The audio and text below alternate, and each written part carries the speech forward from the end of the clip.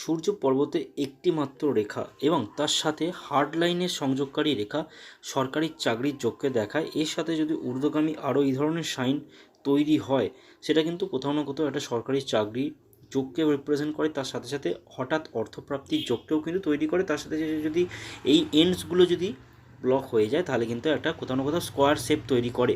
যে square shape কিন্তু অর্থ জমার যোগকে তৈরি করে। এছাড়াও ল্যান্ড কেনা বেচার বিজনেসের ক্ষেত্রে এবং ল্যান্ড কেনার ক্ষেত্রে ব্যক্তির কিন্তু যোগ তৈরি করে, যেটা খুবই শুভ হিসেবে আমরা কিন্তু সূর্য পর্বতে ধরে থাকি।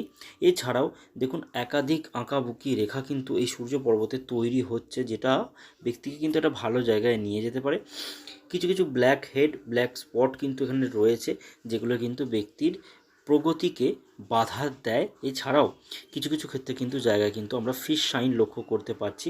যেমন এই জায়গায় কিছু ফিশ শাইন তৈরি হচ্ছে এবং কোথাও না কোথাও কিন্তু এই জায়গাতেও কিছু ফিশ শাইন নালিকা রেখা দিয়ে তৈরি হয়েছে, যেগুলো আপনারা লক্ষ্য করলে কিন্তু বুঝতে পারবেন যে ফিশ রেখাগুলো যদি ব্যক্তি নিজের কর্মে অটুট থাকে, কর্মে বেষ্টিত থাকে, তাহলে কিন্তু তার সেই ফল কিন্তু দেবে।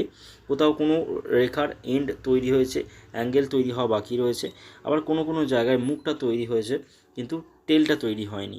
তো এগুলো তার কর্মের উপর দিয়ে ব্যক্তিকে কিন্তু তৈরি করতে হবে।